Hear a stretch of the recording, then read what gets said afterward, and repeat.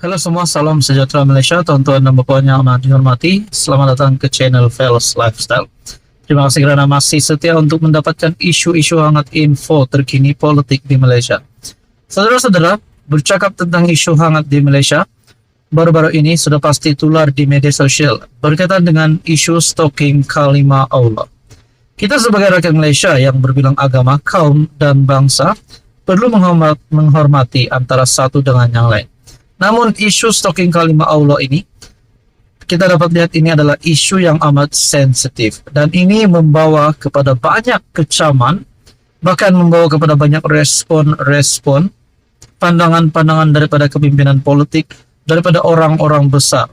Nah, saudara-saudara, yang terkini, ada satu insiden yang bagi saya insiden mengerikan, insiden yang mencemaskan berlaku.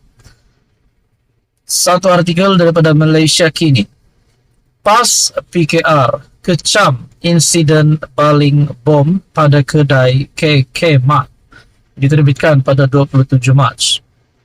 PAS menyifatkan kejadian membaling bom petrol ke premis KK Mart Cawangan Bidor Perak awal pagi semalam sebagai satu perbuatan yang tidak boleh diterima, akal dan wajar dikecam.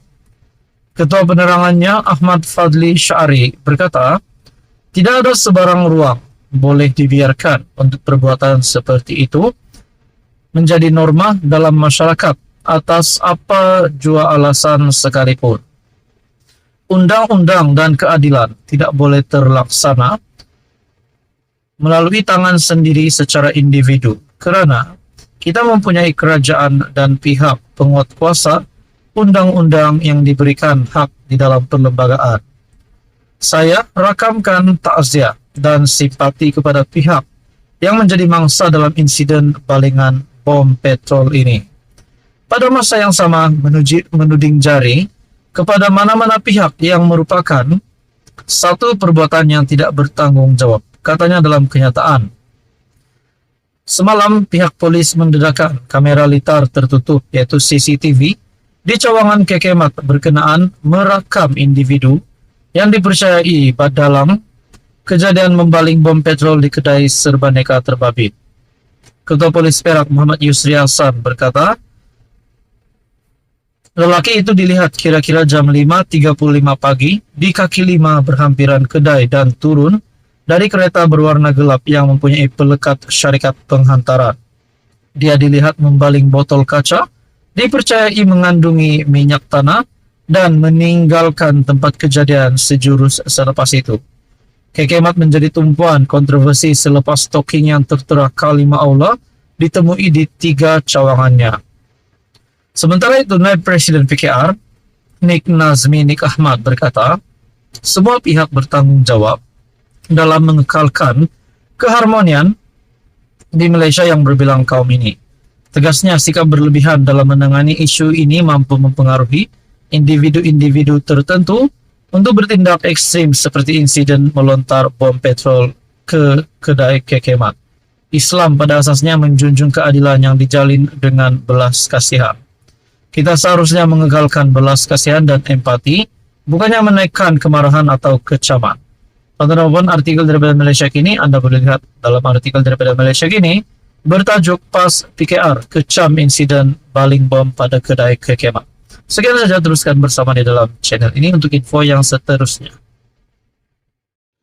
Halo semua, salam sejahtera Malaysia. Selamat datang ke channel Fels Lifestyle. Terima kasih kerana masih setia bersama admin di dalam channel ini. Tonton dan puan, ada satu isu hangat hari ini yang admin nak kongsikan kepada anda semua.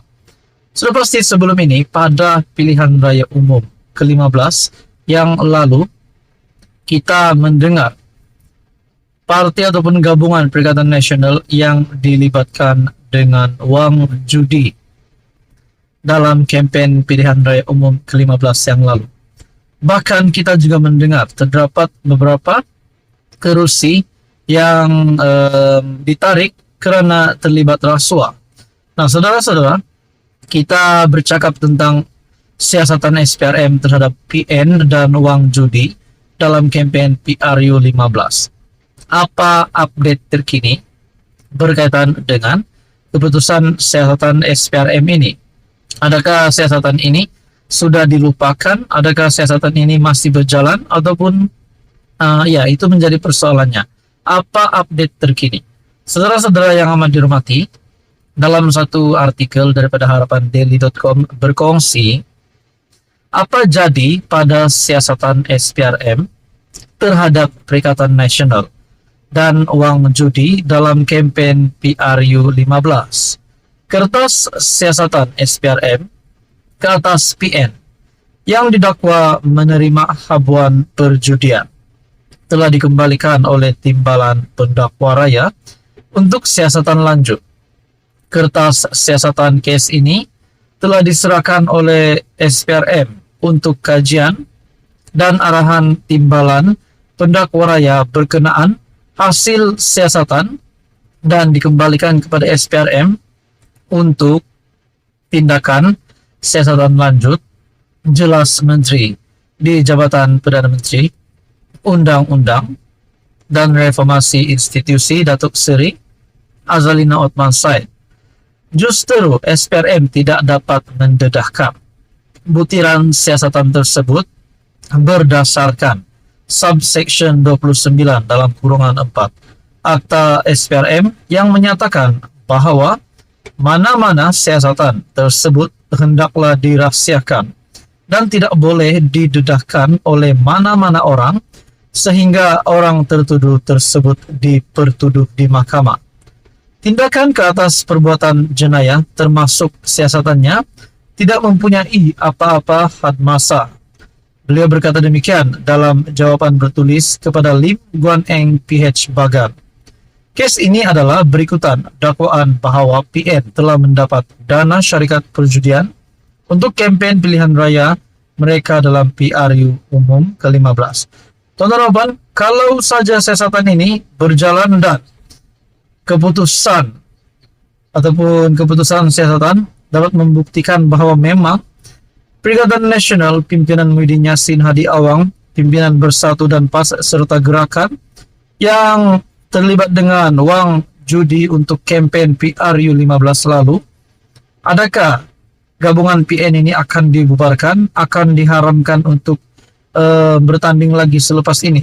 Bagaimana pula dengan status Muhyiddin Yassin dan kepimpinan tertinggi Perikatan Nasional serta semua ahli parlimen PN sekiranya perkara ini dapat dibuktikan bahwa PN memang bersalah? Apa jadi pada siasatan SPRM terhadap PN dan wang judi dalam kampanye PRU 15? Di dalam artikel daripada harapandaily.com pada Mac 26. Apa komen Anda, tuan-tuan dan puan? Sekian saja. Teruskan bersama di dalam channel ini untuk info yang seterusnya. Mohon bantu channel ini dengan menekan butang like, share, dan juga subscribe.